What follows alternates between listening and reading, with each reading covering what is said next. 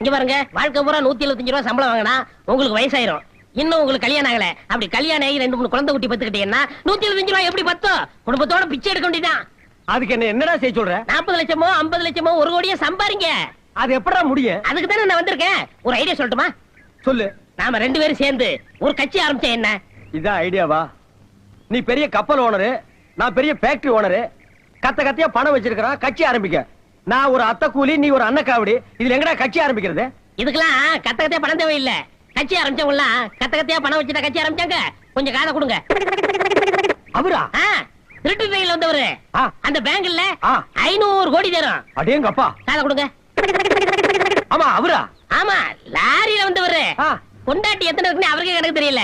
அப்ப சொத்து மதிப்பு எவ்வளவு இருக்கும்னு கணக்கு போடுங்க. எல்லா பேரும் நம்மள மாதிரி வந்தவங்க தானே. வாஸ்தவம் தான். கட்சியில 20,000 தொண்டர்களை சேர்த்தா கூட தலைக்கு